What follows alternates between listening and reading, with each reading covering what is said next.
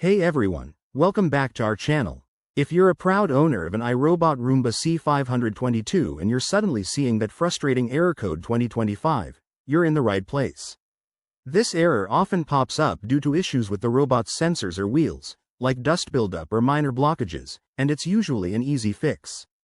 Don't worry, I'll walk you through the steps to get your Roomba up and running again in no time. First things first, safety is key. So make sure your Roomba is turned off and unplugged before we start. This prevents any accidental movements or electrical issues. Okay, let's dive in. Step 1. Clean the sensors. The Roomba C522 has cliff sensors on the bottom that detect edges and stairs. Grab a soft, dry cloth or a brush and gently wipe away any dirt or debris from these sensors. If they're dirty, that could be triggering the error. Next, check the wheels. Error code 2025 might mean something's stuck in the wheels or brushes. Flip your Roomba over carefully and inspect the wheels for hair, threads, or any obstructions. Use a pair of tweezers or a small tool to remove anything that's tangled up. Be gentle to avoid damaging the parts. Once that's done, move on to step 3. Clear the bumper and brushes. Sometimes, the bumper sensor gets nudged or dirty, so give it a quick wipe.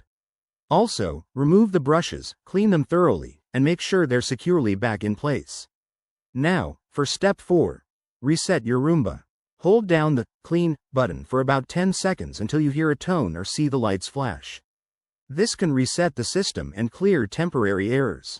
After that, plug your Roomba back in and turn it on to see if the error is gone.